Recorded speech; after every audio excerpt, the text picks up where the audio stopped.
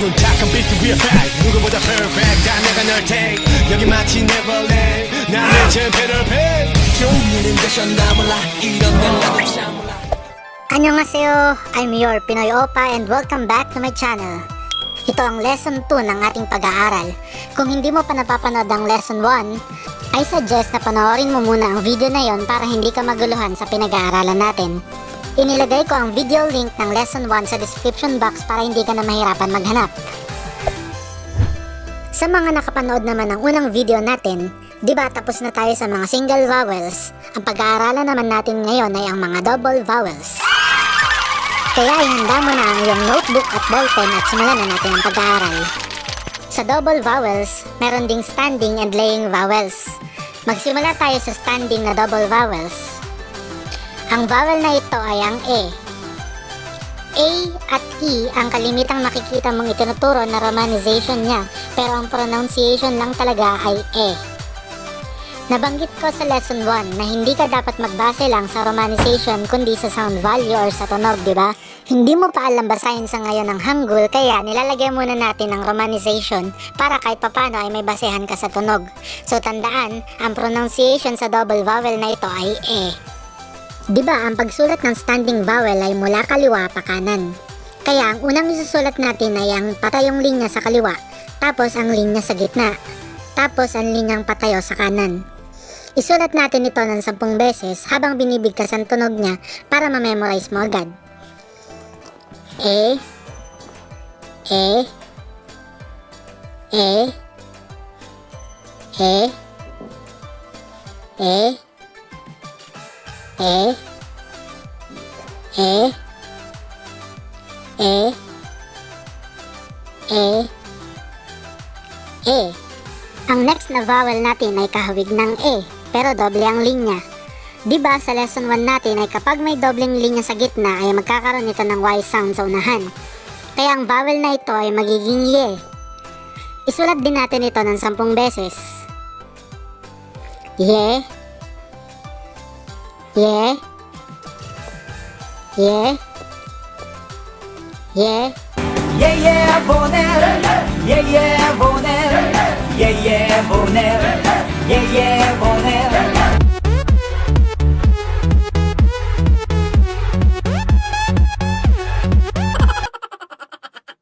Dahil sumingit si Idol, ituloy natin ang ating pagsusulat. Ye, Ye, Ye, Ye,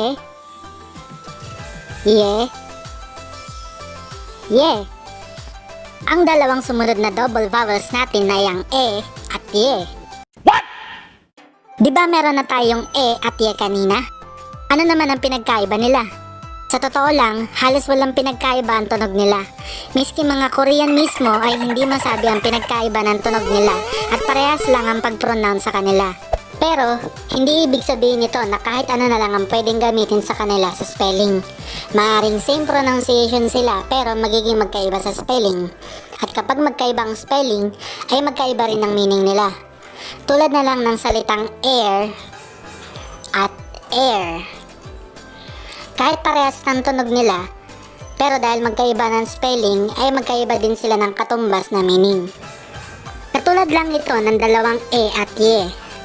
Almost the same ng tunog, pero magkaiba ng meaning kapag ginamit sa salita. Ngayon, kung isa ka din sa magsasabi na dapat pinag-isa na lang ang mga vowel na yan, kay King Sejong ka magreklamo. Kaya ko din ginawang A at E ang isang romanization ng unang E at E naman ang pangalawa ay para hindi ka malito kung anong E ang pag-uusapan natin sa mga susunod pa nating lessons.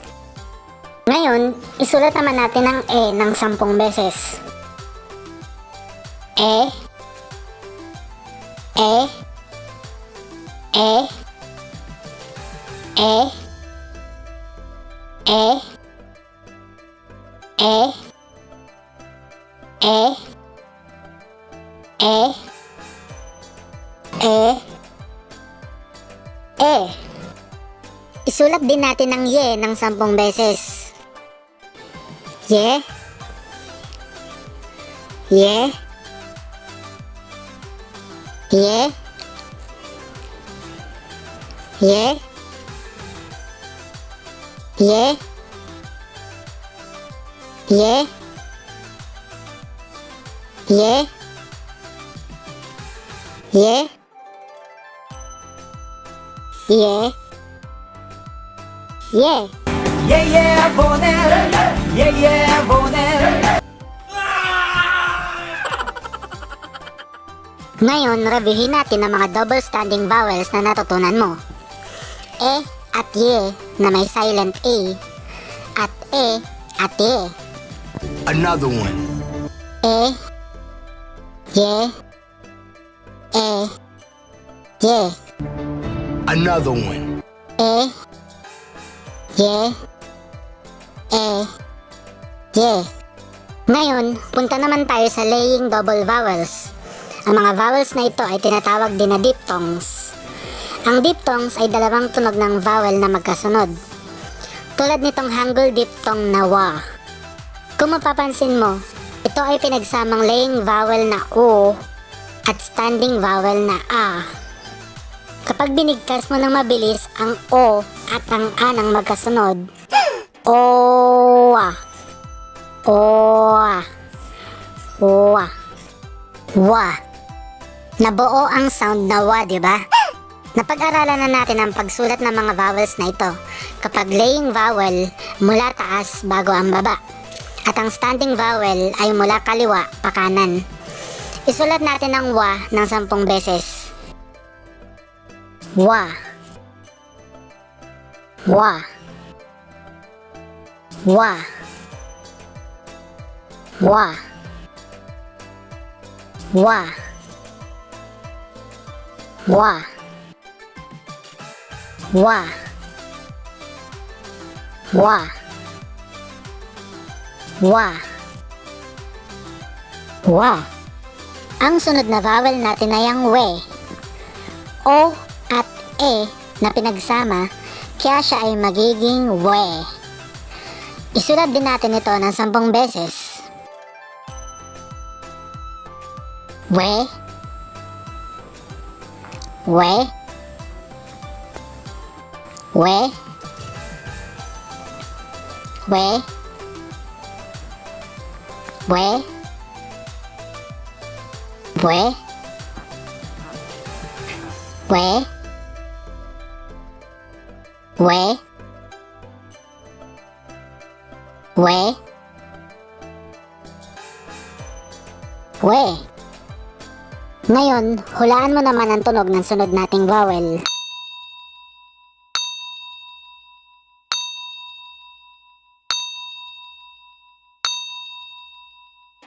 Kung ang sagot mo ay we o kaya ay oy, ikaw ay mali.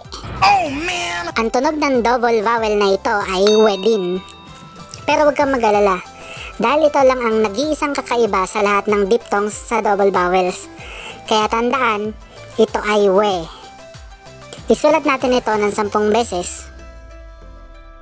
We. We. We. We. We. We. We. We. We. We. Hulaan mo ulit ang tunog ng sunod nating vowel. U at e.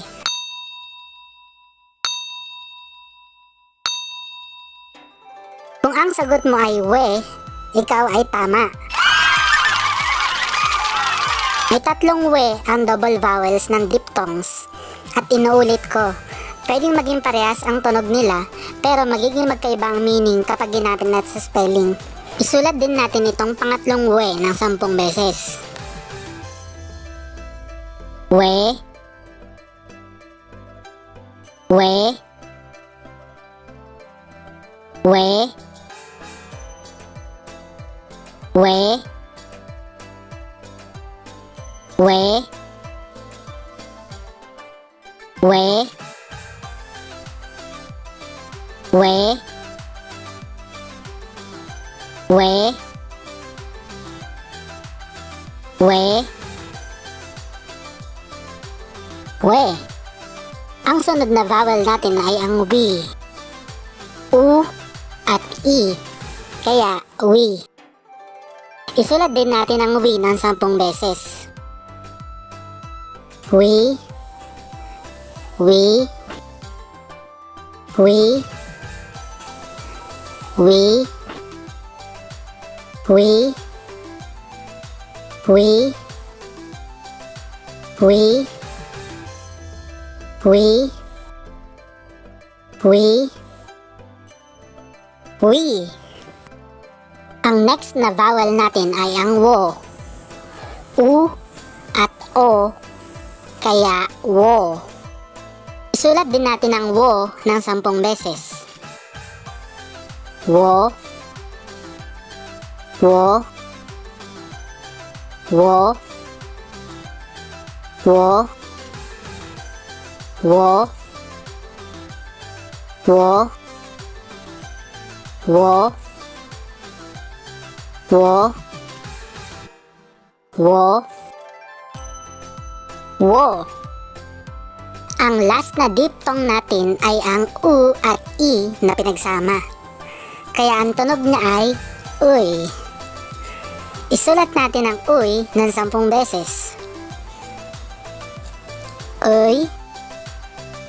Uy. Uy. Uy. Uy. Uy. Uy. Uy. Uy. Uy. Ngayon, reviewin natin lahat ng diphthong vowels na natutunan mo. Wow! Wa. We. We. We. We. Wo. Uy. Isa pa. Wa. We. We. We. We. Wo. Uy. Last. Wa. We. We. We. We. Wo. Uy. Ngayon, reviewin natin ang lahat ng vowels ng Hangul.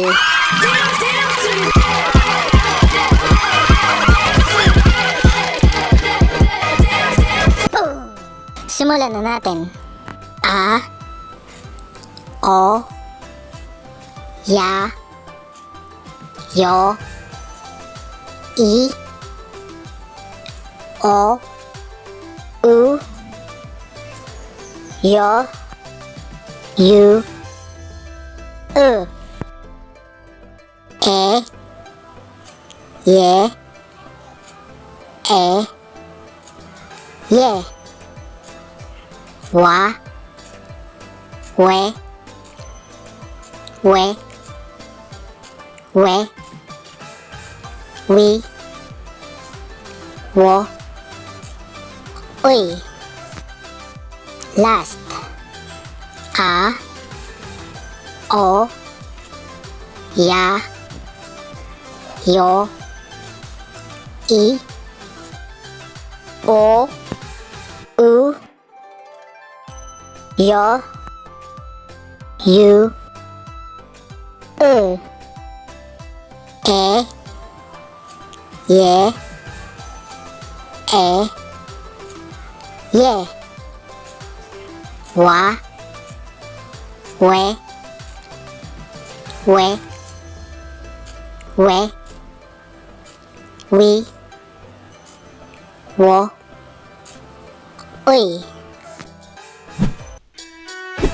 Chukkahamnida. Ngayon ay natutunan mo na ang lahat ng Hangul vowels. Madali lang, di ba? Ngayon ay one step closer ka na para matutong mag-Korean. Sa susunod na video natin ay tuturuan ko naman kayo ng Hangul consonants. Kaya make sure na nakasubscribe ka sa channel na ito at pindutin ang notification bell para ma-notify ka kapag na-upload ko na ang sunod nating lesson. Huwag kang mahiyang mag-comment kung meron kang reaction, katanungan, or suggestions at subukan kong tugunan ang inyong request. Pwede mo din itong share sa mga kaibigan mong gusto ring matutong mag-Korean. Again, congrats and see you on my next video. Kamsahamnida.